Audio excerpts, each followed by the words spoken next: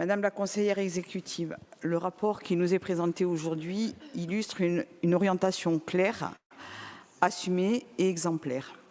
Entre le statu quo qui entretient l'idée d'un RSA perçu comme une simple allocation d'assistance et le modèle punitif, celui de la sanction ou du travail sous-payé, la collectivité de Corse a choisi une autre voie, celle de la dignité et de la responsabilité.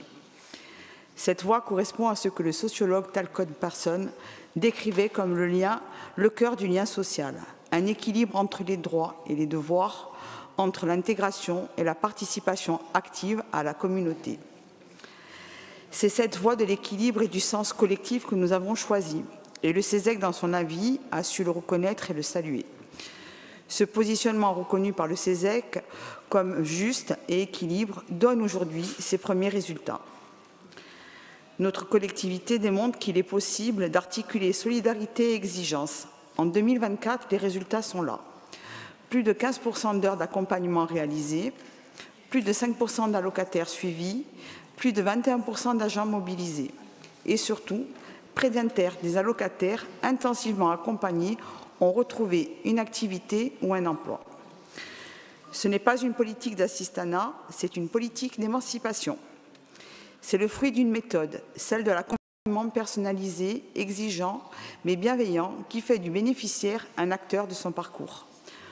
Nous refusons la logique punitive, celle qui voudrait imposer à tous les allocataires un quota d'activité hebdomadaire sans tenir compte des situations réelles de la santé, de la famille ou du territoire. Mais nous refusons tout autant la résignation, le laisser-faire, la dépendance entretenue. Nous affirmons qu'il existe une voie corse de l'insertion fondée sur la proximité, la confiance et la mise en capacité.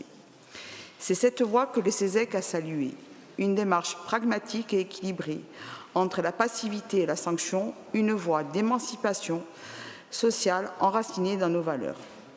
Le programme triennal qui nous est proposé ici consolide ces acquis à travers 1,7 million d'euros sur 3 ans, à parité avec l'État.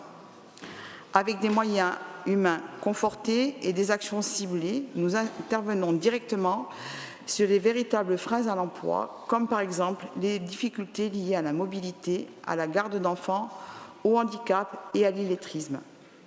C'est une politique de progrès social, pas de contrôle administratif. C'est une politique qui privilégie la confiance à la stigmatisation. Oui, la Corse montre qu'il existe une autre voie que celle du tout assistanat ou de toute sanction. Une voie où l'emploi ne rime pas avec précarité, où la solidarité n'est pas synonyme de dépendance et où l'action publique n'est pas une charge, mais un investissement dans la dignité humaine.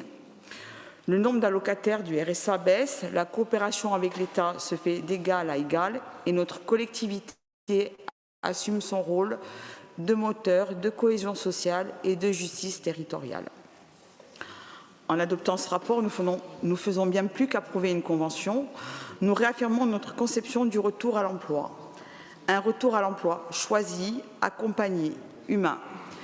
Nous disons non à la stigmatisation, non à la précarité et oui à une Corse qui relève, qui forme, qui accompagne et qui croit en la capacité de chacun à se reconstruire. Nous voterons donc pleinement en faveur de ce rapport, symbole d'une politique innovante de l'insertion, à la fois efficace, digne et profondément humaine. Je vous remercie.